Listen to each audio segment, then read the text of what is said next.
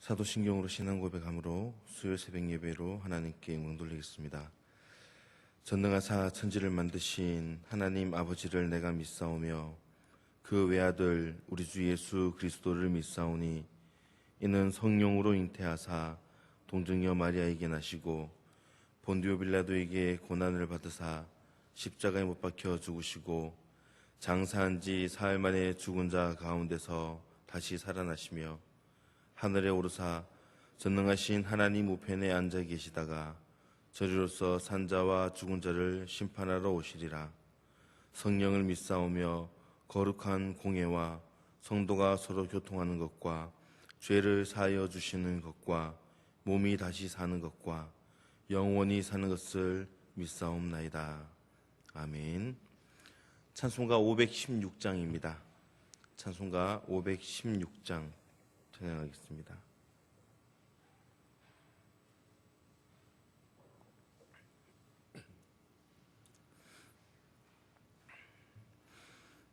찬송가 516장 우리 힘차게 박수치면서 함께 찬양하겠습니다. 옳은 길 따르라 의의 길을 세계 만민의 참된 길 이 길 따라서 살 길을 온 세계에 전하세 만 백성이 나갈 길 어두운 밤 지나고 동튼다 환한 빛 보아라 저 빛 주 예수의 나라 이 땅에 곧 오겠네 오겠네 주 예수 따르라 승리의 주 세계 만민이 나갈 길과 진리요 참 생명 내 창검을 부수고 다 따르라 화평왕 어두운 밤 지나고 동튼다 환한 빛 보아라 저 빛 주 예수의 나라 이 땅에 곧 오겠네 오겠네 놀라운 이 소식 알리어라 세계 만민을 구하려 내 주 예수를 보내신 참 사랑의 하나님 만 백성이 따를 길 어두운 밤 지나고 동튼다 환한 빛 보아라 저 빛 주 예수의 나라 이 땅에 곧 오겠네 오겠네 고난길 헤치고 찾아온 길 많은 백성을 구한 길 모두 나와서 믿으며 온 세상이 마치네 이 진리에 살겠네 어두운 밤 지나고 동튼다 환한 빛 보아라 저 빛 주 예수의 나라 이 땅에 곧 오겠네 오겠네 할렐루야. 오늘 주신 하나님 말씀을 찾겠습니다. 오늘 말씀은 사무엘하 14장 1절에서 3절까지 말씀입니다. 구약성경 484쪽에 있는 사무엘하 14장 1절에서 3절까지 말씀입니다.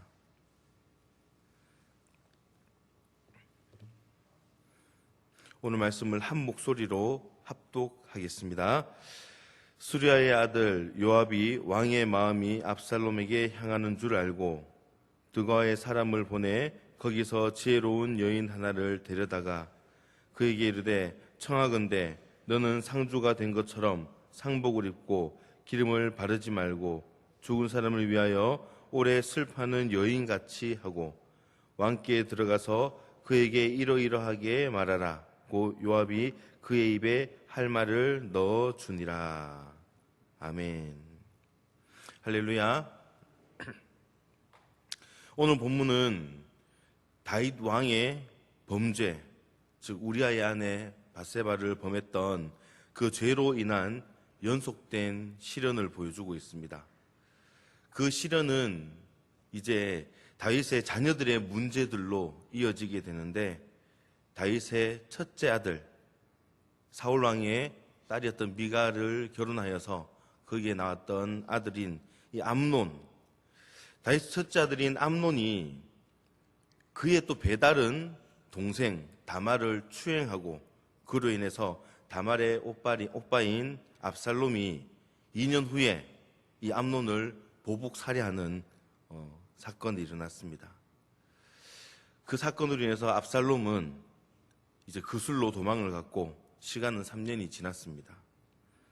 이제 다윗은 첫째 아들 보복 살해가 됐지만 그 죽은 아들에 대한 슬픔을 잊고 이제 도망을 간 압살롬에 대한 그리움이 가득했습니다. 이 사실, 지금 다윗이 압살롬을 그리워한다라는 그 사실을 알게 된 요압 장군은 압살롬을 귀환하려는 계획을 세우게 됩니다.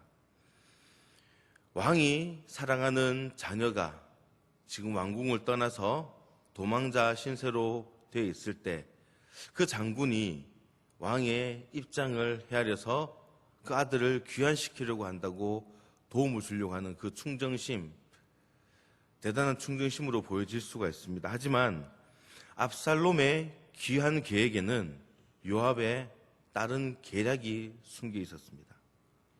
이 시간 요압의 계략이 주는 교훈, 요압의 계략이 주는 교훈이라는 제목으로 말씀을 나눌 때, 오늘 말씀을 통해서 우리가 깨달을 수 있는 교훈은 무엇인지 함께 생각하고 또 은혜 받는 귀한 시간 될 수 있기를 주님의 이름으로 축원합니다.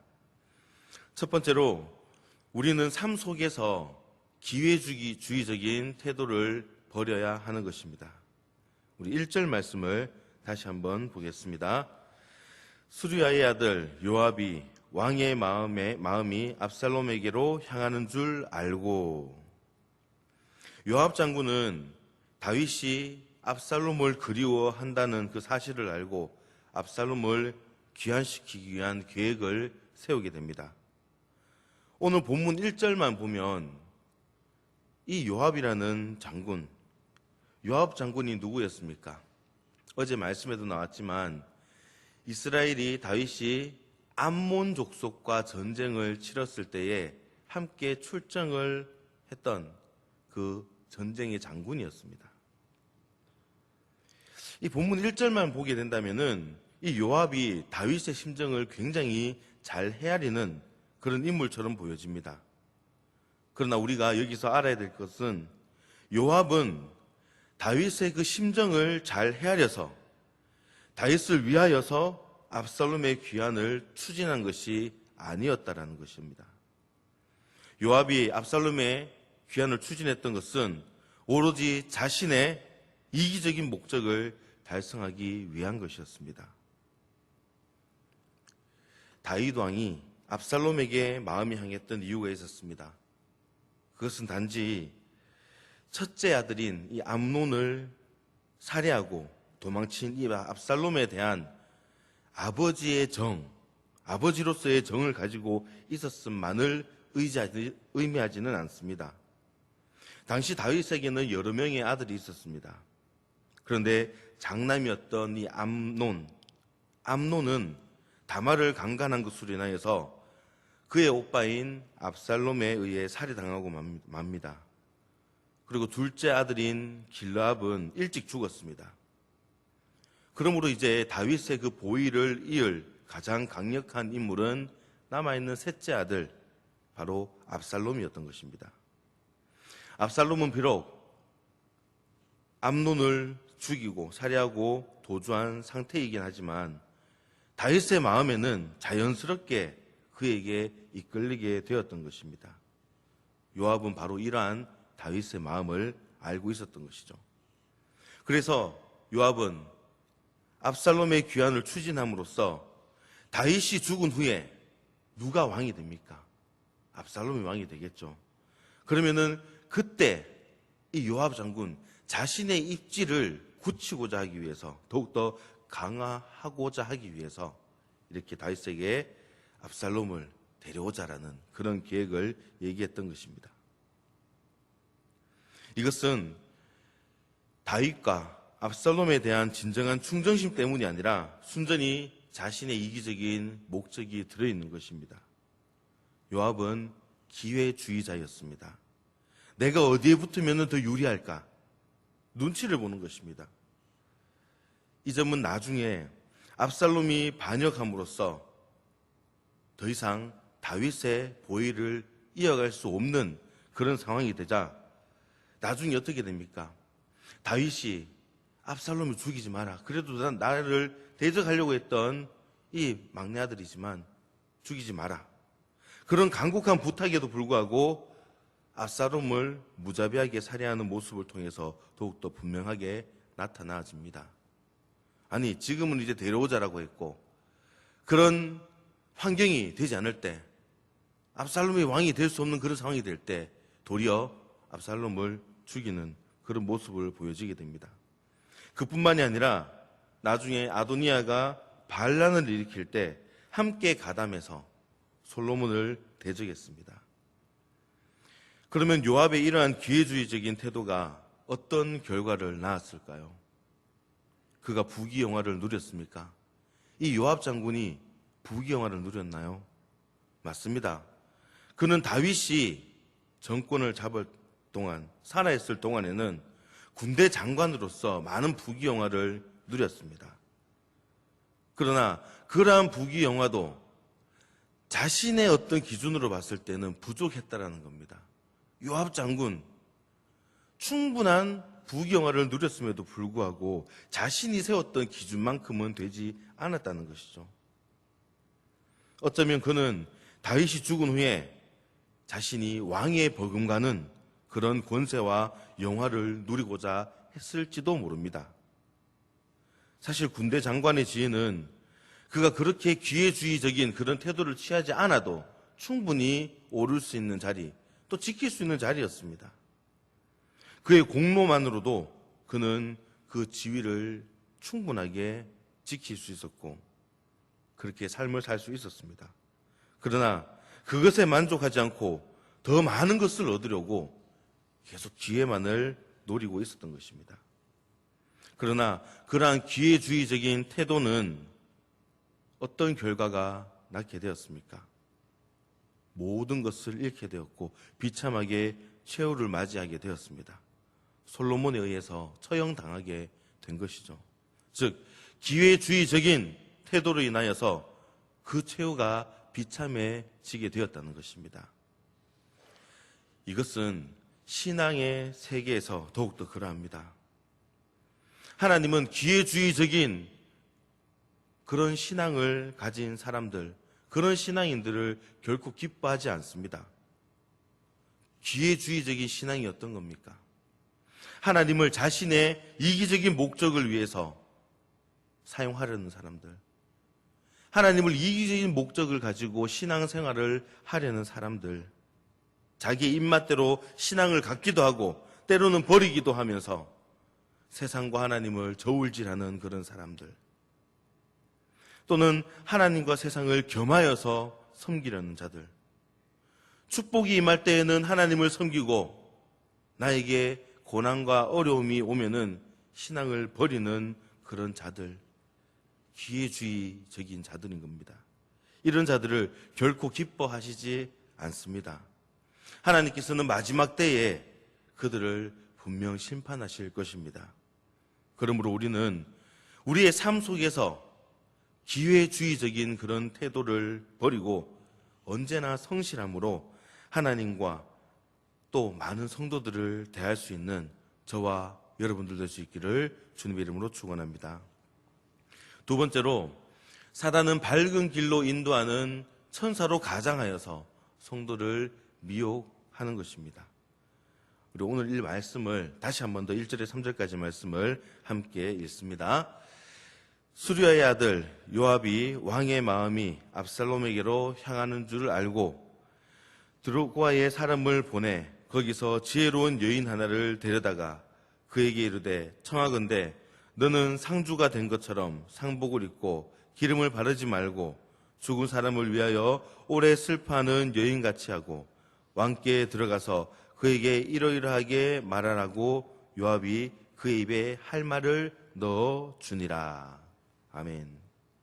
우리는 본문의 이 요압의 행위를 통하여서 우리를 미혹하는 사단의 한 특성을 발견할 수가 있습니다. 먼저 1절을 보면 요압이 왕의 마음이 압살롬에게로 향하는 줄 알고라고 그렇게 기록을 합니다. 즉 요압은 다윗의 동태를 예의주시하면서 그 마음을 읽고 있었던 것입니다. 늘 그렇게 살펴보는 거예요. 다음 2절 상반절 말씀을 보면은 드고아의 사람을 보내 거기서 지혜로운 여인 하나를 데려다가라고 이렇게 기록을 합니다. 이는 곧 자신의 어떤 계략을 실행하기 위해서 가장 적절한 도구를 물색하고 이를 동원하고 있다는 것을 보여주는 것입니다. 계속해서 2절의 하반절에 이렇게 기록된 것을 보게 되면 요압은 그 여인을 죽은 자를 위해 슬퍼하는 유가족으로 보이게 하기 위해서 철저하게 위장을 시킵니다. 이는 다윗의 동정심을 최대한 이끌어내기 위한 술책이었습니다. 그리고 3절을 보면은 그의 입에, 그녀의 입에 할 말을 다 넣어준다라고 얘기합니다. 즉 요압은 자신이 직접 나서지 않고 배후에 그 여인을 조종하면서 자신의 계략을 성취하고자 했던 것입니다. 마지막으로 요압은 그 여인을 다윗에게 접근시켜서 그 여인으로 하여금 딱한 사정을 이야기함으로써 간접적으로 다윗의 그 압살롬 귀환 허락을 유도하였습니다. 요압은 이렇게 교묘한 방법을 동원하여서 결국 다윗으로 하여금 어쩔 수 없이 압살롬을 데려오도록 만들므로써 자신의 계략을 성취하고 있습니다.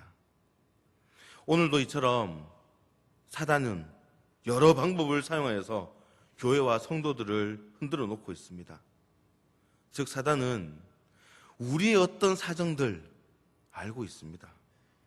우리의 형편 그리고 그 마음을 정확하게 읽은 후에 친구나 가족 또 혹은 직장 동료 그 외에 가장 적합한 사람들을 동원하여서 성도들을 막 흔들어 놓는 거예요. 우리는 이러한 사단의 교묘한 그런 계략에 속지 않도록 조심해야 되는 것입니다. 특별히 주님의 일, 거룩한 이 사명을 감당하려고 할 때에 우리에게 주어진 그 사명을 감당하려고 할 때에 사단은 언제 어디서 어떤 방법으로 우리를 막 흔들어 놓을지 모릅니다. 신명기 13장 6절에 7절에서 보게 되면은 사단은 언제나 자신을 밝은 길로 인도하는 천사로 위장하여서 심지어는 품 안에 있는 아내, 형제, 절친한 친구까지 동원하여서 하나님을 떠나도록 그렇게 유혹한다라고 말씀을 하고 있습니다. 따라서 우리는 언제나 기도하는 것, 깨어서 기도함으로써 이러한 사단의 철저한 위장에 그 가면을 벗기고 그 교묘한 계략을 간파하는 지혜를 지니도록 힘써야 할 것입니다. 그런 지혜를 달라고 기도해야 되는 것이죠. 그리고 더 나아가서 말씀과 성령의 검으로써 이러한 계략을 물리치고 주님의 귀한 주신 사명을 감당할 때 흔들리지 않도록 그 흔들림 없이 나아가는 주님의 귀한 사명을 감당하는 저와 여러분들 될 수 있기를 주님의 이름으로 축원합니다. 기도하겠습니다. 사랑과 은혜가 풍성하신 하나님 아버지 감사합니다. 오늘도 새벽을 깨우며 하루를 시작하게 하시고 하나님 전에 나와 함께 예배함으로써 말씀을 듣게 하시니 감사드립니다. 우리 이 땅에 살아갈 때에 참 많은 일들을 겪게 됩니다. 기회주의적인 그런 환경에 노출될 수도 있고 늘 사단의 교묘한 계략 가운데에 그런 유혹 가운데에 빠질 때도 있습니다. 우리는 그런 기회주의적인 태도를 버리고 언제나 성실함으로 하나님과 또 성도를 대할 수 있게 하나님 인도하여 주시옵소서. 무엇보다 언제나 끼어서 기도함으로써 사단의 교묘한 계략을 간파할 수 있는 그런 지혜를 허락하여 주시고, 더 나아가서 하나님의 말씀과 성령으로 무장하여서 그 모든 것들을 물리치고 주님 주신 귀한 사명을 감당하는 주의 백성들 되도록 인도하여 주시옵소서. 감사드리며 걸어가신 예수님 이름으로 기도하옵나이다. 아멘.